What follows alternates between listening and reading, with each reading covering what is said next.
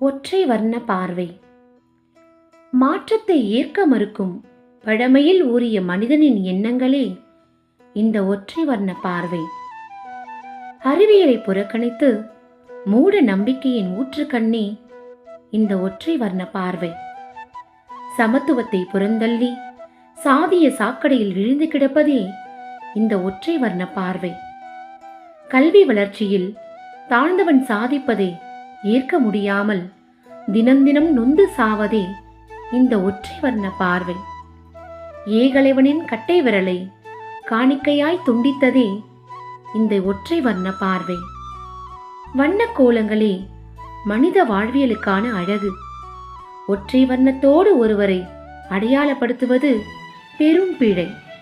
நிறம் பார்த்து, உடை பார்த்து, தொழில் பார்த்து, பேசும் மொழி பார்த்து குறை கூறி பழகிவிட்டோம்.